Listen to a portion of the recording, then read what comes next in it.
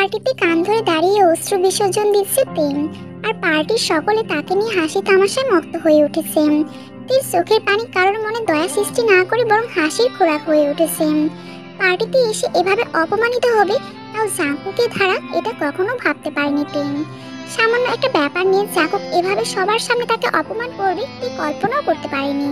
তুই এখানে দাঁড়িয়ে কাঁদছে আর জাঙ্কুক তা দেখে হেসে যাচ্ছে। উনি কি মানুষ? না, মানুষ নন। মানুষ হলে আমার সাথে এমন বিহেভ করতেন না। আগে কত আগলে রাখতেন আমায়, আর এখন নিজেই আমাকে অপমান করার ব্যবস্থা করে দেন। কি আজব মানুষ! মানুষ চোখের সামনে কিভাবে পাল্টে যায়। আসলে পার্টিতে আসাই আমার ভুল হয়েছে, না আসলে এসবে কিছুই হতো না। আমাকে এতগুলো লোকের সামনে কান ধরে তারপরেও ক্লান্ত হননি উনি। ওনার বন্ধুদের নিয়েও কি সব বলে যাচ্ছেন। ভাই, বিনা পয়সায় সার্কাস দেখছি, এসব তোর পার্টিতেই সম্ভব জাঙ্কুক। থ্যাঙ্কস এরকম একটা মজার মুহূর্ত উপহার দেওয়ার জন্য। এতদিন দেশে ছিলিস না, তাই এভাবে মজাও করতে পারিনি। চোখে মুখে আনন্দের রেখা ফুটিয়ে এখন এসেই এমন একটা সারপ্রাইজ, উফ, ভাবা যায়। জাঙ্কুক মানে স্পেশাল কিছু, সেটা তো তোরা ভালো মতোই জানিস। আর যার বাড়িতে এমন সার্কাসের ডিব্বা বসবাস করে, সেখানে তোদের মনোরঞ্জনের জন্য এইটুকু যদি নাই করতে পারি, তাহলে কিসের আর বন্ধু হলাম আমি? এতদিন ছিলাম না, কিন্তু এখন তো আছি দোস্ত। আগে আগে দেখ হোতা হে কেয়া। কথাটা বলেই জাঙ্কুক হাসতে হাসতে তের কাছে এসে দাঁড়িয়ে বলল, তো মিস্তি, এবার কেমন লাগছে? নিশ্চয়ই খুব ভালো লাগছে, তাই না? অবশ্য তোর মতো মেয়ের এভাবে ভালো লাগে সেটা খুব ভালো করেই জানি আমি। তাই তোকে খুশি করার জন্য আমার এই ছোট্ট প্রচেষ্টা মাত্র। তা খুশি হয়েছিস তো তুই? জাঙ্কুকের কথাতে জাঙ্কুকের দিকে ছলছল চোখে তাকিয়ে ঝাঁঝালো কণ্ঠে বলে উঠল, আপনি কি মানুষ? এতগুলো লোকের সামনে আমাকে অপমান করে এখন আবার আজে বাজে কথা বলছেন? কারণ এগুলো তুই ডিজার্ভ করিস। আমি মানুষ বলি এখনো এখানে ঠিকঠাক দাঁড়িয়ে আছিস, নাহলে কবে এই ছেলেগুলো তোকে খেয়ে ফেলতো। আপনি কি করে এতটা হার্টলেস হলেন ভাইয়া? কি করে? মানুষ দেশে বাইরে থাকলে পাল্টে যায় জানতাম, কিন্তু এভাবে যে রাতারাতি পাল্টে যায় ভাবতেও পারিনি আমি। আর আমার তো একটাই বিশ্বাস ছিল, সবাই পাল্টালেও আমার জাঙ্কুক ভাইয়া কখনো পাল্টাবে না। কিন্তু এখন দেখছি আমি সম্পূর্ণ ভুল। আমাকে পাষাণ হার্টলেস বানিয়েছিস তুই। আজ আমি যা, তা সবটার জন্য তুই দায়ী। তুই আমাকে বাধ্য করেছিস সেগুলা করতে। তোর জন্য, তুই সব তোর জন্য। এবার কান্না থামিয়ে জাঙ্কুকের দিকে তাকিয়ে বলল, আপনি এসব কি বলছেন? কি করেছি আমি? এবার জাঙ্কুক একটা তাচ্ছিল্যের হাসি দিয়ে বলে উঠল, এসব কথা বাদ দে, এখন বল সরি বলবি কিনা, নাকি পার্টি শেষ না হওয়া পর্যন্ত এভাবেই দাঁড়িয়ে থাকবি? এটা অবশ্য তোর চয়েস, ভালো লাগে থাক। অবশ্য এখানে এভাবে থাকলে তোর লাভ বলতে লস হবে না। তুই এবার ছলছল চোখে তাকালো জাঙ্কুকের দিকে। জাঙ্কুক কি বলছে তার আগাগোড়া কিছুই বুঝতে পারছে না। আমার লাভ হবে মানে? মানে কি জানিস না, নাকি জেনেও না জানা ভান করছিস? তে আমার কাছ থেকে শুনতে চাস, তাতে কোনো প্রবলেম নেই। তাহলে শুন, এখানে থাকলে এখানকার ইয়াং হ্যান্ডসাম ছেলেগুলো তোকে দেখে চোখের খিদা মেটাতে পারবে। আর তুই তো... জাঙ্কুকের কথাটা থামিয়ে দিয়ে তুই রেগে বলে উঠল, প্লিজ থামুন, অনেক বলে ফেলেছেন আপনি। আমার ভাবতেও ঘৃণা হচ্ছে। আপনি আমার সেই জাঙ্কুক ভাইয়া যে কিনা... আহা, ফালতু অতীতকে অতীতের মতো থাকতে দে না তে। অতীতকে বর্তমানে টেনে আনিস না। সেই জাঙ্কুক মরে গিয়েছে অনেক আগে। সেটা আপনি ঠিক বলেছেন। ওইটা ছিল আপনার কাছে ফালতু অতীত, কিন্তু আমার কাছে ছিল সোনালী দিন, যেখানে আমার বাবা ছিল, মা ছিল, কিন্তু আজ আমার কেউ নেই, এমনকি আপনিও নেই। আর এমন এতিম মেয়ের সাথে এর থেকে ভালো ব্যবহার কেউ করবেই বা কেন? আমি ভুলে গিয়েছি যে আমি এখন সেই বিজনেসম্যান কিম নামজনের মেয়ে নই। এখন এই বাড়ির চাকরানি। চাকরানির সাথে তো চাকরানির মতো ব্যবহার করা উচিত। আহ, কি কষ্ট তোর, তাই না রে? তোর কষ্টে আমার বুকটা ফেটে যাচ্ছে। বলেই হেসে উঠল জাঙ্কুক। তারপর আবারও বলে উঠল, শুনতে এসব ন্যাকা কানার অভিনয় করে আমাকে আর গলাতে পারবি না। তোর উইথ জালে আমাকে আর ফাঁসাতে পারবি না। চুপ করুন আপনি। এতিম হতে পারে, কিন্তু খারাপ নই। আমার মান সম্মান আছে, আমিও কোনো... আচ্ছা, এতই যখন কথাগুলো গায়ে লাগছে, তাহলে সরি বলে প্রমাণ করে দে তুই খুব ভালো মেয়ে। এখানে এতগুলো ছেলের মাঝে থাকতে তোর লজ্জা লাগছে, সেটাও প্রমাণ করে দে। তুই একবার জাঙ্কুকের দিকে তাকালো, তারপর হাতের উল্টো পিঠ দিয়ে দুই চোখ মুছে মনকে শক্ত করে সবাইকে বলে উঠল, আই এম সরি গাইস। আসলে বড় বড় কথা বলা আমার অভ্যাস হয়ে দাঁড়িয়েছে। সবসময় নিজেকে অনেক কাছে আকর্ষণীয় করে তোলার জন্য এমন মিথ্যা কথা আমি প্রায় বলে থাকি। আসলে আমি ইংলিশ গান গাইতে পারি না। আবারও সরি বলে বিদায় নিচ্ছি আমি। কথাগুলো বলে দৌড়ে পার্টি থেকে বেরিয়ে গেল তে। রুমে এসে দরজা বন্ধ করে কান্না করছে তে। আজকে জাঙ্কুকের অপমান তে মেনে নিতে পারছে না। ভাইয়া এইভাবে অপমান করতে পারলো আমায়? এতদিন ভাইয়ার দেশে ফেরার জন্য কত অপেক্ষা করেছি আমি, আর আজকে না উনি আমাকে অপমান করলেন। আজ আমার বাবা মার প্রপার্টি নেই বলে পৃথিবীর কেউ নেই আমার। আগে তো ভাইয়া আমাকে আগলে রাখতো, আর এখন কিনা সহ্যই করতে পারেন না। এবার ইন্টার ফার্স্ট ইয়ারে পড়ে। এই শহরে বিখ্যাত বিজনেসম্যান কিম নামজুরের একমাত্র আদরে মেয়ে ছিল, কিন্তু ভাগ্যে দোষে আজ এই কিম বাড়ির চাকরানিও বটে।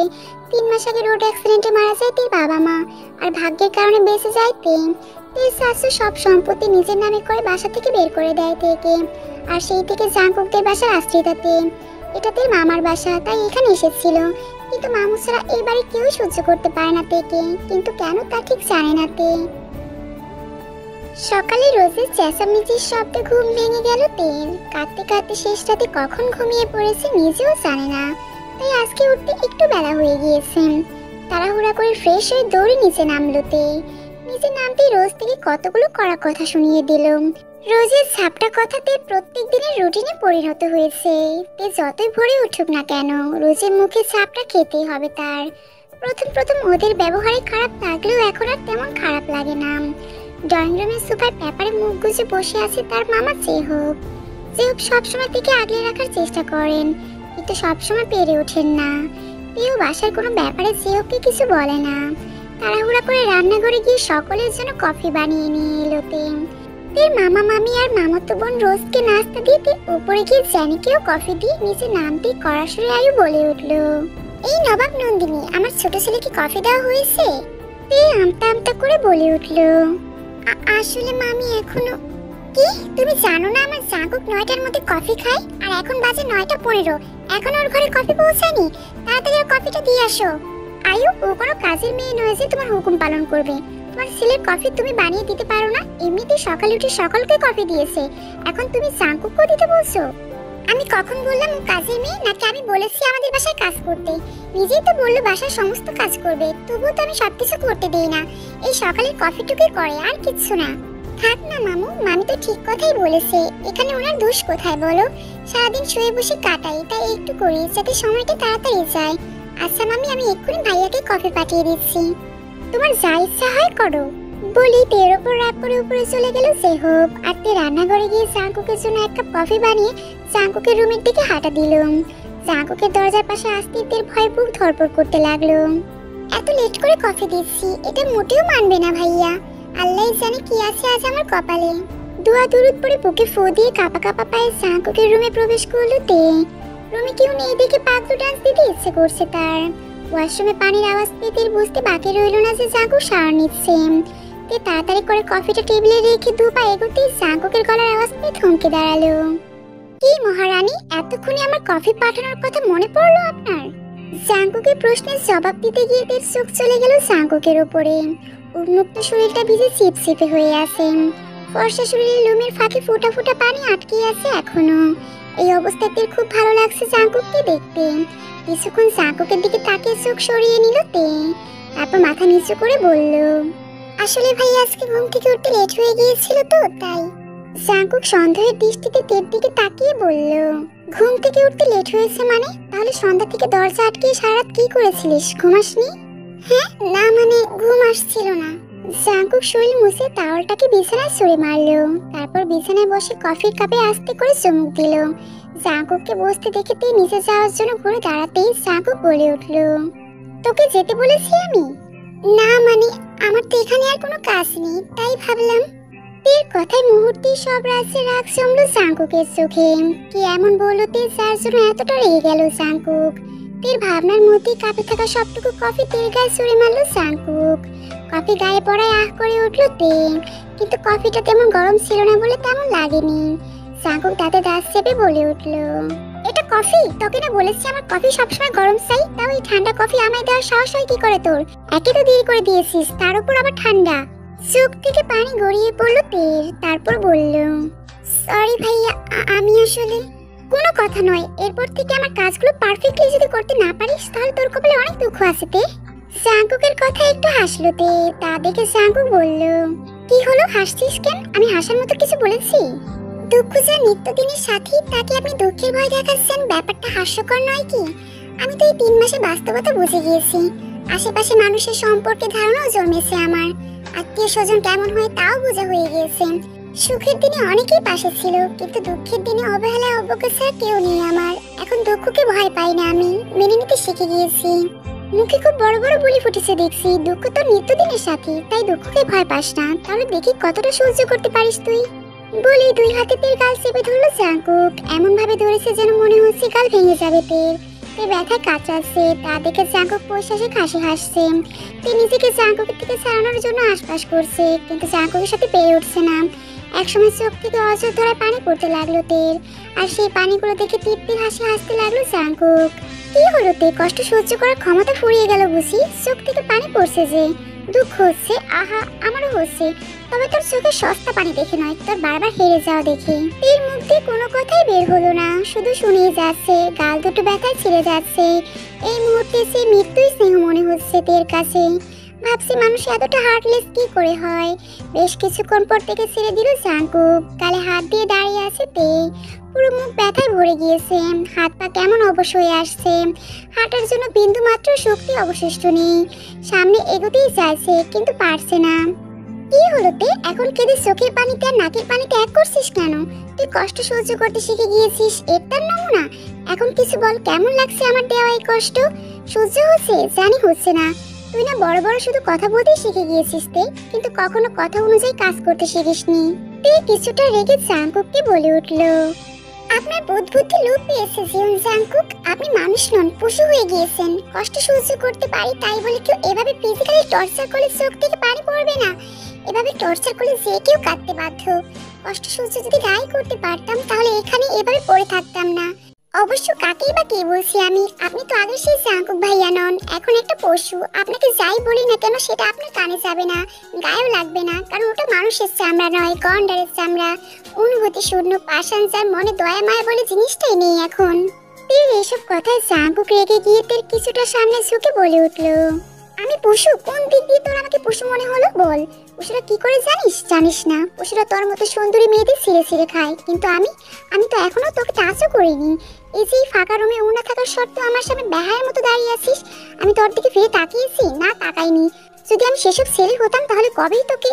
জাঙ্কুকের কথাতে এবার নিচের দিকে লক্ষ্য করলো, সত্যি উন্নাসরে পুরোটা হাতে চলে এসেছে, কিন্তু সেই দিকে খেয়ালই নেই তার। তে তাড়াতাড়ি উন্না ঠিক করে বাইরে যাওয়ার জন্য পা বাড়াতেই আবারও সেই বিরক্ত কণ্ঠ ভেসে আসলো তের কানে, তোকে এখনো যেতে বলিনি আমি, তাহলে কার কথা যাচ্ছিস? তে এবার পিছন ফিরে তাকিয়ে জাঙ্কুকের গোষ্ঠী উদ্ধার করতে ব্যস্ত হয়ে পড়লো। শয়তান, বিলিতি কুত্তা, ইঁদুর, টিকটিকি, খচ্চর, তোর কথায় আমি কেন চলবো? চলবো না, দেখি কি করতে পারিস। কি হলো, কথা কান পর্যন্ত পৌঁছায়নি? তাড়াতে বলছি তো। তে জাঙ্কুকের কথাগুলো শুনেও না শোনার ভান ধরে হেঁটে যেতে লাগলো। তখনই হাতে হ্যাঁচকা টান অনুভব করলো। আচমকাই তাল সামলাতে না পেরে জাঙ্কুকের উপর হুমড়ি খেয়ে পড়লো। জাঙ্কুকের থেকে অনেকটা খাটো হওয়ায় তের ঠোঁট চূড়া স্পর্শ করলো জাঙ্কুকের বুকে। তখন জাঙ্কুক বলে উঠলো, সি সিতে, তুই এত খারাপ? আমাকে এই ঘরে একা পেয়ে আমার মান সম্মান সব নিয়ে নিচ্ছিস। এমনিতে কিছু করতে পারছিস না, তাই অসভ্যতামি করে আমাকে বশ করতে চাস? শুন, সেটা কোনোদিনও পসিবল না। উঠ আমার উপর থেকে। বলে তেকে এক ধাক্কা দিয়ে সরিয়ে দিল। জাঙ্কুকের ধাক্কাতে কিছুটা দূরে সরে গেল। তখন তে বলে উঠল, কি যাতা বলছেন আপনি? এতটা নিচ মনের মানুষ, নিজে আমাকে ধাক্কা দিয়ে আবার নিজে এসব বলছেন? অসভ্যতামি আপনি করেছেন, আমি নই। আমি? Like seriously? আমি তো করিনি। এই দেখ, এখানে এখনো তো লিপস্টিকের দাগ রয়ে গেছে। এখন যে কেউ দেখলে বলবে তুই আমায় জোর করে কিছু করতে চাইছিস। আজকাল ছেলেদের এভাবে ইমপ্রেস করছিস বুঝি? জাঙ্কুকের মুখে এসব শোনার পর নিজের রাগকে আর কন্ট্রোল করতে পারলো না তে। পরে কি হবে বা হতে পারে সেটা চিন্তা না করে কষিয়ে এক থাপ্পড় মারলো জাঙ্কুককে। এই থাপ্পড়ে এবার জাঙ্কুকের রাগ যেন মাথায় চড়ে বসলো। জাঙ্কুক এক টানে থেকে দেয়ালের সাথে চেপে ধরে দাঁত দাঁত চেপে বলে উঠলো, তোর সাহস কি করে হয় আমার গালে হাত তোলার? তোকে আমি। থেমে গেল জাঙ্কুক, তারপর রহস্যময় একটা হাসি দিয়ে আবারও বলে উঠলো, অনেক সাহস হয়ে গিয়েছে তোর। এই সুদ কি করে তুলতে হয় তা জানা আছে আমার। কথাটা বলে জাঙ্কুক থেকে এক ধাক্কা দিয়ে নিজের থেকে সরিয়ে নিয়ে রেগে হন হন করে রুম থেকে বেরিয়ে গেল। রাতে খাওয়া দাওয়া শেষ করে নিজের রুমে বসে তে তার বাবা মায়ের ছবি দেখছিল। এমন সময় হঠাৎ মাথায় কারো হাতে স্পর্শ পেয়ে চোখ মুছে তাকালো তে। দেখলো তার মামা। তখন তে বলে উঠলো, মামু তুমি এখন এখানে? বাবা মার ছবি দেখে কাঁদছিস মা? জানিস তুই তোর মাকে খুব ভালোবাসতাম আমি, কিন্তু মাঝখানে কি হয়ে গেল? তবে সে খুব অভিমানী ছিল, তাই তো আমার উপর অভিমান করে চলে গেল। আটকাতেও পারিনি আমি, ক্ষমাও চাইতে পারিনি। জেহপের কথায় তে জেহপের দিকে তাকালো, তারপর বলল, এসব কি বলছো মামু? কিসের ক্ষমা? জেহপ একটা দীর্ঘশ্বাস ছেড়ে বলল, থাক, পুরনো কথা বলে লাভ নেই। এখন বল, তুই আমার একটা কথা রাখবি? কি কথা মামু? অবশ্যই রাখবো। দেখ মা, মেয়ে বড় হলে সব বাবা মাই তার মেয়ে বিয়ে দেওয়ার জন্য অস্থির হয়ে ওঠেন, কিন্তু তোর বাবা মা এখন আমি, তাই আমি চাই যত তাড়াতাড়ি সম্ভব তোর বিয়েটা সেরে ফেলতে। তুই যত যাই বলিস না কেন, আমি জানি এই বাড়িতে কেউ চায় না তোকে, সবাই অপমান করে তোকে। আজকে জাঙ্কুকের ব্যবহারও চোখে পড়েছে আমার, কিন্তু আমি নিরুপায়, কিছু করতে পারি না। তাই তোকে একটা ভালো ছেলে দেখে বিয়ে দিয়ে নিশ্চিন্ত হতে চাই। প্লিজ মা, আমায় না করিস না। তে কি বলবে বুঝতে পারছে না, জেহবকে এভাবে করুণ সুরে বলতে দেখে তে বলে উঠল, তুমি যা বলবে তাই হবে মামু। তের কথা এবার যেন জেহব একটু শান্তির নিঃশ্বাস ফেলল। পাত্রপক্ষের সামনে শাড়ি পরে বসে আছে তে। ঘুমটার আড়ালে তে ছেলেটাকে এক নজর দেখে নিল। ছেলেটা বেশ স্টাইলিশ আর হ্যান্ডসাম, ছেলেটাকে দেখে বেশ ভালো লেগেছে তের। তখন ছেলের বাবা বলে উঠলেন, মাশাআল্লাহ, মেয়ে আমাদের পছন্দ হয়েছে। মিস্টার জেহব, আমি আর দেরি করতে চাই না, এই সপ্তাহে বিয়েটা সেরে ফেলতে চাই। জেহব কিছু বলতে যাবে তার আগেই জাঙ্কুকের কথা কানে এলো সবার। আরে আঙ্কেল, এত তাড়া কিসের? আগে তো মেয়ের সম্পর্কে খোঁজ খবর নিন, তারপর না হয়। জাঙ্কুক জি, এটা বলে আর আমাদের লজ্জায় ফেলো না। তোমার বাবা একজন সৎ ভদ্রলোক, ওনার ভাগ্নি খারাপ হবে না, ওনার মতোই হবে, তাই খোঁজ খবর নেওয়ার প্রয়োজন মনে করছি না। না না আঙ্কেল, এমন বোকামি করবেন না। বাবা দেখে ছেলেকেই বোঝা যায় না, আর আপনি ভাগ্নির ক্যারেক্টার বিবেচনা করছেন। জাঙ্কুক থামো, কি যাতা বলছো? যাতা নয় বাবা, যা সত্যি তাই বলার চেষ্টা করছি। আমরা কাউকে ঠকাতে চাই না। ইউনজুন, ভিতরে আয় তো। তখন সাথে সাথে ভিতরে প্রবেশ করলো একটা ছেলে। ছেলেটাকে দেখে চেনা চেনা লাগছে তের কাছে। এই তো সেই গুন্ডাটা যে আগে আমায় ডিস্টার্ব করতো, তারপর জাঙ্কুক ভাইয়ার মার খেয়ে পিছু ছেড়েছিল। এই এখানে কেন? ইউনজুন এখানে কেন জাঙ্কুক? তোমার আদরের ভাগ্নির ক্যারেক্টারের সার্টিফিকেট দিতে এসেছে। ইউনজুন, তের সম্পর্কে কি কি জানিস ওনাদের বলতো। তে তাকালো জাঙ্কুকের দিকে। ইউনজুন এবার বলতে শুরু করলো, আসলে আঙ্কেল, আপনারা থেকে যতটা সহজ সরল দুঃখী মেয়ে ভাবেন ততটা দুঃখী নয়, সবটাই নাটকর। আমি বলতে বাধ্য হচ্ছি, ওর ক্যারেক্টারে হেভি দোষ আছে। কয়েকদিন পর পর জামা কাপড়ের মতো বিয়ে বদলায়, কয়েকদিন ঢলাঢলি করে তারপর ছেড়ে দেয়। এই তো পরশু দিন দেখলাম সুবিনের সাথে হাঁটছে, না জানি লোকচক্ষুর আড়ালে আর কত কি করে। চুপ করো তুমি, জাঙ্কুককে এক্ষুনি বাড়ি থেকে বের করে দাও। আমি জানি আমার তে কেমন, তোমার কাছ থেকে জানার প্রয়োজন নেই। কয়টা টাকার জন্য একটা মেয়ের সম্পর্কে এভাবে বলতে লজ্জা করছে না তোমার? দেখুন আঙ্কেল, বিশ্বাস করা না করা সেটা আপনাদের ব্যাপার। কথাটা জানানো আপনাদের প্রয়োজন মনে হলো তাই জানালাম, বাকিটা আপনাদের ইচ্ছা। আমি আসছি বলে ইউনজুন সেখান থেকে চলে গেল। আর জেহব সেহনের দিকে তাকালো, তারপর বলল, আপনারা কিছু মনে করবেন না, ওর বলা একটা কথাও সত্যি নয়। আমার তো ভালো একটা মেয়ে, এবার বিয়ের ডেট ফিক্সড করে ফেলি, কি বলেন? সরি মিস্টার জেহব, আমরা আপনাকে ভালো লোক জানতাম, আমরা এমন খারাপ মেয়েকে বাড়ি বউ করতে চাই না। সরি, এই চলো সবাই বলে ওইখান থেকে চলে গেল সবাই। আর তে স্তব্ধ হয়ে দাঁড়িয়ে চোখের পানি ফেলতে লাগলো। তেকে এভাবে কান্না করতে দেখে জাঙ্কুক তৃপ্তি সহকারে আপেল খেতে খেতে জেহবকে বলে উঠল, বাবা তোমারই ভুল এমন ক্যারেক্টারলেস মেয়েকে বিশ্বাস করা। এমন মেয়েকে তুমি বিয়ে দিতে পারবে তো? কেন পারবে না, অবশ্যই পারবে। তে ক্যারেক্টারলেস নয়, ওকে নিয়ে কাউকে ভাবতে হবে না। তোমরা বিয়ের আয়োজন করো, আমি বিয়ে করতে রাজি। বাড়ির ভিতরে ঢুকতে ঢুকতে বলে উঠলো কেউ একজন। কণ্ঠটা তের কাছে খুব চেনা লাগছে। আস্তে আস্তে তের সামনে ভেসে উঠলো ব্রাইটের চেহারা। ব্রাইটকে দেখে তে অস্পষ্ট সুরে বলে উঠলো, ভাইয়া আপনি? আমি। নিশ্চয়ই আশা করিসনি। বাবা তুমি বিয়ের আয়োজন করো, আমি তেকে বিয়ে করতে চাই। তুই এটা কি বলছিস ব্রাইট? শেষমেশ এরকম একটা খারাপ মেয়েকে বিয়ে করতে চাস তুই? একে তো এতিম, তার উপর। না না না, এটা আমি কিছুতেই মানবো না। মা তুমি থামো। কে কোথা থেকে এসে তের সম্পর্কে দুইটা মিথ্যা কথা বলে গেল, আর সেটা তুমি বিশ্বাস করে নিলে? আমরা তো জানি তে কেমন। ব্রাইটের কথায় তে এখনো স্তব্ধ হয়ে আছে। যাকে ভাইয়ের মতো ভাবে তাকে কি করে বিয়ে করবে? তে তখন বলে উঠল, না ভাইয়া, এটা হতে পারে না। আমি আপনাকে বিয়ে করতে পারবো না, আমাকে মাফ করবেন। কেন পারবি না মা? ব্রাইট অযোগ্য কোথায়? সব দিক থেকে তোর জন্য পারফেক্ট। ব্রাইট, আমিও জানি আমার তে কোনো অন্যায় করবে না, আর ওর জন্য আমি একজন যোগ্য ছেলে খুঁজছিলাম। এখন আমি নিশ্চিন্ত যে তুই ওকে বিয়ে করতে রাজি হয়েছিস। তোকে যে কি বলে ধন্যবাদ দেবো জানা নেই আমার। উফ বাবা, কেন এসব বলছো? তে যেমন তোমার ভাগ্নি তেমন আমারও কাজিন, ওর প্রতি আমাদের অনেক দায়িত্ব আছে। তাছাড়া তের কাছে কৃতজ্ঞ আমরা, তাই ওর লাইফ আনন্দে ভরিয়ে তোলার জন্য হলেও এটা করব আমি। ব্রাইটের কথায় তে ব্রাইটের দিকে এক পলক তাকালো। আর ওইদিকে জাঙ্কুকের যেন প্রচন্ড রাগ উঠে গেল। রাগের বসে সোফায় একটা লাথি দিয়ে হনহনিয়ে নিজের রুমে চলে গেল। রাতে সকালের খাওয়া শেষে সবকিছু গুছিয়ে নিজের রুমে চোখ বন্ধ করে আছোয়া হয়ে আছে তে। সকালের ঘটনাটা কিছুতেই বলতে পারছে না। এখন কি হবে, কি করে আটকাবে এই বিয়ে, তাই ভাবতে লাগলো। আমি তো এমনটা চাইনি। ব্রাইট ভাইয়াকে বড় ভাইয়ের মতো দেখি আমি, কখনো ওনাকে স্বামী হিসেবে ভাবতে হবে কল্পনাও করতে পারিনি। এসব ভাবতে তের আর ভালো লাগছে না, তাই ছাদে চলে এলো। ছাদে এসে এক কোণায় গুটিসুটি হয়ে বসলো। মেঘাচ্ছন্ন আকাশ, বৃষ্টি বৃষ্টি ভাব। এর সাথে সাথে যেন আজ মেঘদেরও মন খারাপ। দমকা হাওয়া বইছে চারপাশে, যে কোনো সময় যেন মন ভালো করতে বৃষ্টি হয়ে ধরা দিবে। যে বৃষ্টিতে মন খারাপ ধুয়ে মুছে একাকার হয়ে যায়। তের আজ খুব ইচ্ছে করলো গান গাইতে, নিজের কষ্টগুলোকে গানের মাধ্যমে প্রকাশ করতে। তাই উদাস মনে গুনগুন করে গান গাইতে লাগলো। গান গাইতে গাইতে কখন যে তের চোখে পানি চলে এলো নিজেও বুঝতে পারলো না। চোখ মুছতেই কারো হাততালির আওয়াজ কানে এলো তার। ঘাড় ফিরে তাকাতেই ব্রাইটকে সামনে দেখে বলল, ভাইয়া আপনি? খুব সুন্দর গান গাইতে জানিস জানতাম, কিন্তু এতটা মিষ্টি গলা জানতাম না। তবে আমার যেটা খারাপ লেগেছে সেটা হলো তুই কষ্টের গান গাইছিলিস। কেন তো কষ্টের গান গাইছিস? আমি জানি তোর খুব কষ্ট হচ্ছে। একবার বিশ্বাস কর আমায়, তোর জীবন সুখের রঙে রাঙিয়ে দেবো আমি। কি দিবি না আমার একটা চান্স? দেখুন ভাইয়া, আমি আপনাকে ভাইয়া ছাড়া আজ পর্যন্ত অন্য কিছু ভাবিনি, তাই বলছি। পাগলি মেয়ে, আগে ভাবিসনি তো কি হয়েছে, এখন ভাববি? কত ছেলে মেয়ে এভাবে বিয়ে করছে, তারা কি পারছে না সংসার করতে? পারছে তো, তেমন তুই আর আমিও পারবো। এই মুহূর্তে কোনো কথা বলতে ইচ্ছে করলো না তের, কিছুতেই মনকে বোঝাতে পারছে না। তাই চুপচাপ মাথা নিচু করে নিচে চলে এলো আর ভাবতে লাগলো কাল জাঙ্কুকের সাথে বোঝাপড়া করতেই হবে। তের জাঙ্কুকের রুমের পাশে এসে দাঁড়িয়ে আছে, ভেতরে কি করে যাবে সেটাই ভাবতে লাগলো। তের দরজা টোকা দেওয়ার আগেই জাঙ্কুক বলে উঠলো, আমার রুমে কেউ এখন আসবে না। জাঙ্কুকে বারণের পরও তে ভেতরে ঢুকে গেল। তেকে ভেতরে আসতে দেখে জাঙ্কুক রুম থেকে বেরিয়ে যেতে চাইল। তখন তে জাঙ্কুককে আটকে বলে উঠল, এভাবে পালাচ্ছেন কেন? আমার আপনার সাথে কথা আছে। কিন্তু আমার তোর সাথে কোনো কথা নেই। সরি, রাস্তা ছাড়, আমি বেরোবো। আমার সাথে কথা না বলে কোথাও যেতে পারবেন না আপনি। আজ আপনাকে আমার সব প্রশ্নের উত্তর দিতে হবে। কেন করছেন এসব? সবার সামনে আমাকে ছোট করে কি মজা পান? তোর প্রশ্নের উত্তর দিতে আমি বাধ্য নই। অযথা আমাকে বিরক্ত করিস না। যা এখন আমার সামনে থেকে, এমনিতেই মাথা গরম হয়ে আছে। না, যাবো না আমি। আজ আমার সব প্রশ্নের উত্তর নিয়ে তবেই আমি যাব।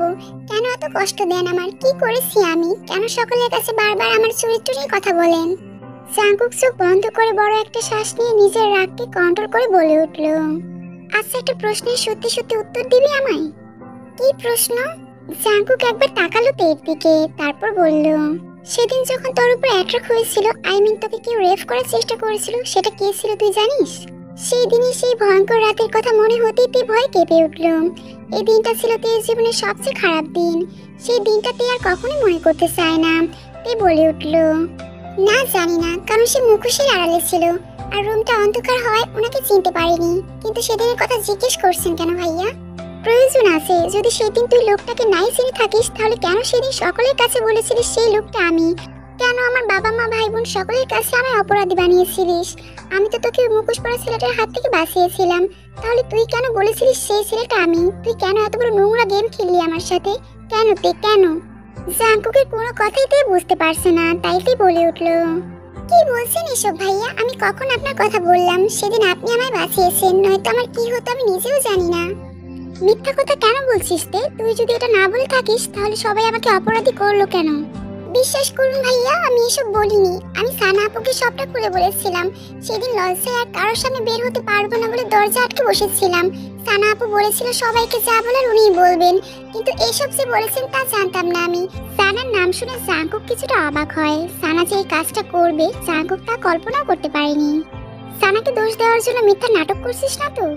সেটা তো বুঝবেনি। সানা আপু তো আপনার বউ হতে যাচ্ছে, তাই উনি কোনো অন্যায় করতে পারেন না। জাঙ্কুক কিছুটা ধমক দিয়ে থেকে বলে উঠল, ফালতু কথা না বলে কি হয়েছিল সেটা বল। জাঙ্কুকের ধমকে তে এবার সেই দিন রাতে সব কথা বলতে লাগলো।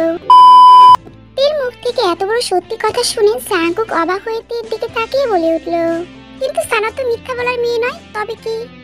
তাই তো, সানা আপু কেন মিথ্যা বলতে যাবে? মিথ্যা তো আমি বলছি। উনি তো মিথ্যা বলতেই পারেন না। আর ওনার সম্পর্কে কিছু বললে তো আপনার সহ্য করার কথা না, কারণ উনি আপনার হবু বউ হতে যাচ্ছে। উনি তো খারাপ হতেই পারেন না, তার চেয়ে আমি না হয় খারাপ থাকি। কথাটা বলেই চলে যাচ্ছিল তে, কিন্তু তখনই জাঙ্কুক থেকে হ্যাঁচকা টান দিয়ে নিজের করে বসিয়ে দিয়ে তের ঘাড়ে নাক ঘষতে লাগলো। জাঙ্কুকের এমন কাণ্ডে তে কিছুটা অবাক হলো। পরক্ষণে কোনো একটা কারণে অদ্ভুত অনুভূতি খেলে গেল তের মনে, কেন তা বুঝতে পারলো না। হার্টবিট যেন বারবার লাফিয়ে লাফিয়ে উঠছে। জাঙ্কুকের গরম নিঃশ্বাসগুলো তের শরীরে কাটা দিয়ে উঠছে বারবার। ঠোঁটগুলো অনবরত কেঁপে চলছে। জাঙ্কুকও কেমন ঘোর লাগা চোখে তাকিয়ে আছে তের দিকে। জাঙ্কুক আস্তে আস্তে তের দিকে আরো এগিয়ে আসতে লাগলো। এবার যেন তের ধ্যান ভেঙে গেল। তখন তে কাঁপা কাঁপা ঠোঁটে বলে উঠল, ভাইয়া কি কি করছেন? আর কথা বলার অবস্থাতেই রইল না তে। ততক্ষণে তে ঠোঁট দুটি জাঙ্কুক নিজের দখলে নিয়ে নিয়েছে। জাঙ্কুক থেকে অনবরত কিস করে যাচ্ছে। তে হাত পা দিয়ে কিল ঘুষি দিচ্ছে, কিন্তু জাঙ্কুকের থামার নামই নেই। প্রায় 5 মিনিট পর জাঙ্কুক থেকে ছেড়ে উঠে দাঁড়ালো। তে কান্নার চোখে জাঙ্কুকের দিকে তাকিয়ে কিছুটা রেগে বলে উঠল, এসবের মানে কি? জাঙ্কুক একটু মুচকি এসে বলল, মাত্র তো শুরু আর তাতেই কাঁদছিস? এখন থেকে এর থেকেও বেশি কাঁদতে হবে তোকে, তবে সেটা আগের অত্যাচারের জন্য নয়, আমার ভালোবাসার অত্যাচার পেয়ে। এরপর থেকে যদি বলিস সানা আমার হবু বউ, তাহলে আরো বেশি শাস্তি পেতে হবে তোর। তুই কান্না মিশ্রিত চোখে তাকালো জাঙ্কুকের দিকে। হঠাৎ করে জাঙ্কুকের এমন পরিবর্তন বুঝতে যেন কিছুটা সময় লাগলো তার। তুই তখন বলে উঠল, কেন করলেন এটা আপনি? আপনি এতটা জঘন্য খারাপ, আমার সাথে এটা করতে একটু আটকালো না আপনার? না আটকালো না, কারণ আমি তোকে ভালোবাসি, একমাত্র তোর সাথে এসব করতে পারি। এখন থেকে তোর উপর যদি কারোর অধিকার থাকে সেটা শুধুই আমার। তোকে আমি কারো হতে দেবো না, এমনকি ব্রাইট ভাইয়ারও না। এখন রুমে যা। আর হ্যাঁ, আরেকটা কথা, প্রতিদিন সকালে আমার ঘরে কফি নিয়ে আসবি, নইলে খুব খারাপ হয়ে যাবে। কথাটা বলি তের গালে চুমু খেয়ে দুষ্টু স্মাইল দিয়ে চলে গেল জাঙ্কুক। আর তে যেন জাঙ্কুকের এমন কথা হজম করতে পারছে না। রুমে এসে ফ্রেশ হয়ে আয়নায় নিজেকে দেখতে লাগলো তে। ঠোঁটগুলো কেমন লাল বর্ণ ধারণ করেছে, তবু জাঙ্কুকের উপর কোনো রাগ করতে পারছে না। কোথাও যেন ভালো লাগা কাজ করছে, কিন্তু পরক্ষণেই ভাবতে লাগলো, আচ্ছা আমার বিয়ে তো ব্রাইট ভাইয়ার সাথে ঠিক হয়ে আছে, কিন্তু জাঙ্কুক ভাইয়া কেন এমন করছে এখন? ভাইয়া কি সত্যি বিয়েটা হতে দিবেন না? কেমন দুটানায় পড়লাম আমি এখন কি করব? তে আর ভাবতে পারলো না, তাই নিচে চলে গেল। নিচে যেতেই কিছু কথা কানে এলো। সবাই ব্রাইট আর তের বিয়ের কথাই বলছে। আগামী শুক্রবার বিয়ে ডেট ফিক্সড করেছি, এখন ঘরোয়া ভাবেই বিয়েটা দেব, পরে না হয় ধুমধাম করে অনুষ্ঠান হবে। তের আর কোনো কথা শোনার ইচ্ছে হলো না, তাই রুমে চলে এলো। রুমে এসে বিছানায় গা এলে শুয়ে নানান কথা ভাবতে ভাবতে ঘুমিয়ে গেল। সকালে জাঙ্কুকের চেঁচামেচির শব্দে ঘুম ভাঙলো। তাড়াতাড়ি বিছানা থেকে উঠে ফ্রেশ হয়ে জাঙ্কুকের রুমে পৌঁছালো। তে ঢুকতেই জাঙ্কুক বলে উঠল, এখন ওঠার সময় হয়েছে তোমার? তো মিস্তে, তোমাকে গতকাল কি বলেছিলাম আমি? জাঙ্কুকের শান্তশিষ্ট কথা শুনে ভয় গলা শুকিয়ে গেল তের। হাত দিয়ে ওড়না খামচে ধরে কাঁপা কাঁপা সুরে বলল, না মানে হ্যাঁ। না মানে হ্যাঁ কি? কি বলেছিলাম আমি?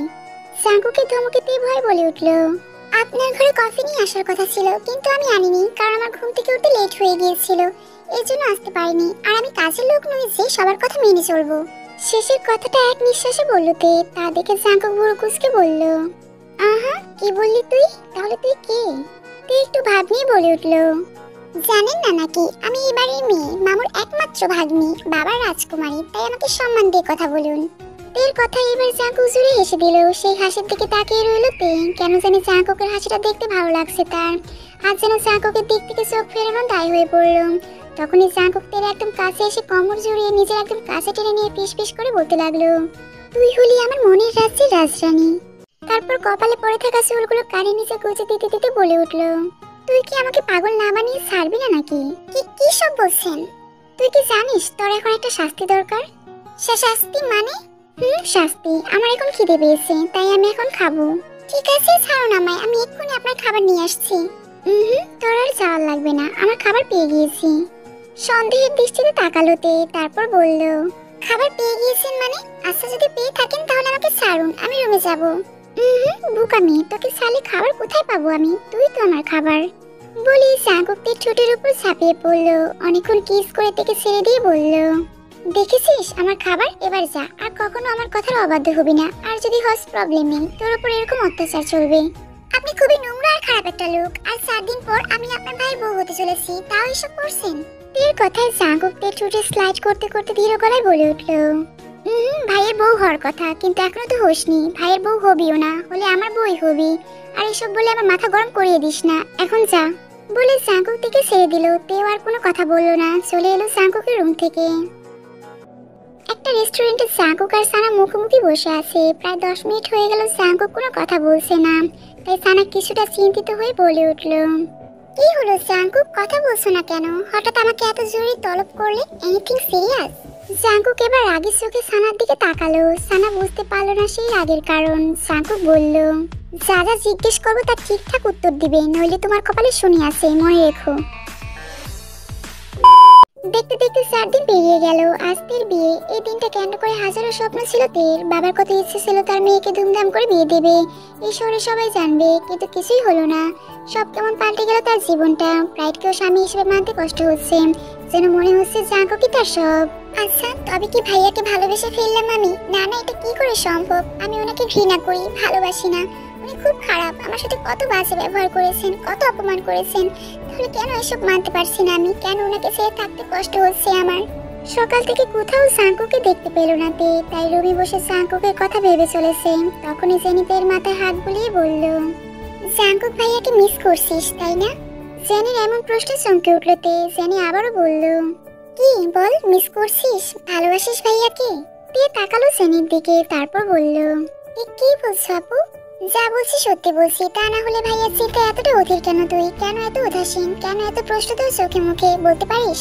তুই এবার নিজেকে সামলাতে পারলো না, তাই জেনিকে জড়িয়ে ধরে বলল, আপু আমি কিচ্ছু বুঝতে পারছি না, তবে কোথাও না কোথাও খুব খারাপ লাগছে আমার, কেন তা জানি না। জাঙ্কুক ভাইয়াকে কোথাও দেখছি না, তাই খুব অস্থির লাগছে, খুব চিন্তা হচ্ছে ওনার জন্য আমার। জেনি একটু মুচকি হাসলো, বলল, কারণ তুই ভাইয়াকে ভালোবাসিস, সেটা প্রথমে না বুঝলে এখন বুঝতে পারছিস। এখনো সময় আছে, তুই এই বিয়েটা করিস না। না আপু, এটা কখনোই সম্ভব না। মামুর কথার অবাধ্য হতে পারবো না আমি। তাছাড়া জাঙ্কুক ভাইয়া তোমাকে সহ্যই করতে পারেন না, তাহলে এসব নিয়ে এত ভেবে কি লাভ? জেনি এবার একটু দীর্ঘশ্বাস ছাড়লো, তারপর বলল, এগুলো তোর ভুল ধারণা। একটা সময় ছিল ভাইয়া তোকে খুব ভালোবাসতো, কিন্তু পরে যা ঘটেছিল তাতে ভাইয়া খেপে তোর সাথে খারাপ ব্যবহার করতো, কিন্তু এখনো ভালোবাসে তোকে। তাই জেদ কিংবা অভিমানের বসে এমন কোনো সিদ্ধান্ত নিস না যাতে তিনজনেরই কষ্ট পেতে হয়। লাল বেনারসি পরে রুমে বসে আছে তে, এখনো জাঙ্কুকের জন্য এদিক ওদিক তাকাচ্ছে, কিন্তু কোথাও নেই জাঙ্কুক। এবার খুব ভয় লাগছে তের, যদি বিয়েটা হয়ে যায়। খুব তো বলেছিলেন উনি, তোর উপর শুধু আমার অধিকার আর কারণ না, তাহলে এখন কোথায় আপনি ভাইয়া? তে আর কিছু ভাবতে পারলো না, রুমে প্রবেশ করলো জানি। তেকে নিয়ে যে ড্রয়িং রুমের সোফায় বসিয়ে দিল। তে তাকালো আয়ু আর রোজের দিকে, তাদের মুখ দেখে বোঝা যাচ্ছে এইসব বিষয়ে চরম বিরক্ত তারা। এবার বিয়ে পড়ানো শুরু করলেন কাজী সাহেব। তে বুকের ভিতরে যেন ঝড় বয়ে যাচ্ছে, কেমন চিনচিন ব্যথা অনুভব করছে, অশান্তিটা যেন বেড়েই চলেছে। তার মধ্যে কাজী সাহেব বলে উঠলেন, মা কবুল বলো। কথাটা শুনতেই চমকে উঠলো তে, কেন চমকালো তা নিজেও জানলো না। এটা তো হওয়ারই ছিল, কবুল বলার জন্য সকলে রীতিমতো জোর করছে তেকে, কিন্তু তে বলতে পারছে না। বারবার গলা শুকিয়ে যাচ্ছে, গলা দিয়ে কথা বলার চেষ্টা করছে, কিন্তু ব্যর্থতে। এর মধ্যেই অনেকগুলো কথা শুনিয়ে দিয়েছে আয়ুম, তাই তে নিজের মনকে শক্ত করে যে কবুল বলতে যাবে, তখনই একজনের গলার আওয়াজ কানে এলো তার। এই সুরটা যে চিরচেনা তের কাছে। তে তাকালো, সেই মানুষটাকে চোখের সামনে দেখে নিজের চোখকেও বিশ্বাস করতে পারলো না। চোখ ডলে আবার তাকে ঠোঁটের কোণে হাসি রেখা ফুটে উঠলো। দৌড়ে কাছে গিয়ে সেই মানুষটাকে জড়িয়ে ধরলো তে। এটাই যে চির শান্তির স্থান তের কাছে। উনিও আস্তে পিষ্টে জড়িয়ে নিলেন তেকে। তে অস্পষ্ট সুরে বলে উঠল, আম্মু আম্মু বলে ডুকরে কেঁদে উঠলো তে। জিনও তার মেয়েকে জড়িয়ে কাঁদতে লাগলো। জিনকে জীবিত দেখে উপস্থিত সকলেই অবাক হলো। অনেকক্ষণ দুজনে এইভাবে থাকার পর জেহব বলে উঠলো, জিন তুই বেঁচে আছিস? আর এতদিনই বা কোথায় ছিলিস? জাঙ্কুক, তুমি তোমার ফবিকে কোথায় পেলে? জাঙ্কুক কিছু বলতে যাবে, তার আগে জিন বলল, হ্যাঁ ভাইয়া, ভাগ্যে জোরে বেঁচে আছি আমি। তুমি অনেক কিছুই জানো না এখনো। আমাদের অ্যাক্সিডেন্ট ছিল না, সবটাই ছিল প্রি প্ল্যান। জিনের কথায় উপস্থিত সকলেই অবাক হয়ে জিনের দিকে তাকালো। যেও বলল, প্রি প্ল্যান মানে? জিন এবার আশেপাশে একবার তাকিয়ে বলতে শুরু করলো, কেউ একজন ইচ্ছে করে আমাদের গাড়ির ব্রেক কেটে রেখে দেয়, তাই মাঝপথেই আমাদের গাড়ির ব্রেক ফেল করে। তখনই তের বাবাকে হারিয়ে ফেলি আর আমি বেঁচে যাই। দীর্ঘশ্বাস ছাড়লো জিন, তারপর আবারও বলতে লাগলো, এর পিছনে সেই লোকটাই ছিল যে তেকে অসম্মান করতে চেয়েছিল। যখন আমরা জানতে পারি সেই লোকটা আমাদের খুব কাছের একজন, তখনই আমাদের মারার জন্য মরিয়া হয়ে উঠেছেন। সবার সামনে জাঙ্কুকে দোষী প্রমাণ করে নিজে বেঁচে যায়, আর আমরা ভুল বুঝি জাঙ্কুককে। আমিও বাঁচতাম না যদি জাঙ্কুকের বন্ধু আমায় না বাঁচাতো। এতদিন কমাইছিলাম আমি। ওই দিন অ্যাক্সিডেন্টের পর আমাকে ইউনহু ওখান থেকে হসপিটালে নিয়ে যায়, কিন্তু তখন আমার চিন্তা না। 2 দিন আগে ইউনহুর মাধ্যমে জাঙ্কুক আমার খোঁজ পেয়ে যায়, তাই আমি এখন এখানে। এবার যেন সবাই অবাকের চরম পর্যায়ে। কেউ বিশ্বাসই করতে পারছে না যে এই বাসায় কেউ তাদেরকে মারতে চেয়েছে। তে স্তব্ধ হয়ে দাঁড়িয়ে চোখের পানি ফেলছে। হঠাৎই জিন খেয়াল করলো তার মেয়ে বধূ সেজে আছে। জিন জেহবকে প্রশ্ন করলো, ভাইয়া আজকে এভাবে সেজেছে কেন? দেখে মনে হচ্ছে বিয়ের কনে। জেহব একটু হেসে কিছুটা আনন্দিত হয়ে বলল, আজ পুরো খুশির দিন। আজ যে তোর মেয়ের বিয়ে, কত আশা করেছিলি মেয়ের বিয়ে দিবি, নিজ চোখে দেখবি। দেখ শেষ পর্যন্ত তাই হচ্ছে। বড় করে বিয়ের ব্যবস্থা করতে পারিনি, তাই ছোটখাটো ভাবে বিয়ে দিচ্ছি। তের বিয়ের কথা শুনে জিন বেশ খুশি হলো, বলল, এটা তো ভালো কথা ভাইয়া, কিন্তু কার সাথে বিয়ে, বর কে? ওই তো আমার বড় ছেলে ব্রাইট। জেহুপের মুখে ব্রাইটের কথা শুনে জিন বেশ রেগে গেল, কিছুটা রেগেই বলল, মানে না, এই বিয়ে কিছুতেই হবে না। এই ছেলের সাথে আমি আমার মেয়ের বিয়ে কিছুতেই দেব না। কেন, কি হয়েছে? কারণ এই সেই ছেলে যে তেকে অসম্মান করতে চেয়েছিল, আর সেটাই আমরা জানতে পারে আমাদের মেরে ফেলার প্ল্যান করেছিল, এবং ফাইনালি আমাকে মারতে পারেনি, কিন্তু তের বাবাকে ঠিকই মেরে দিয়েছে।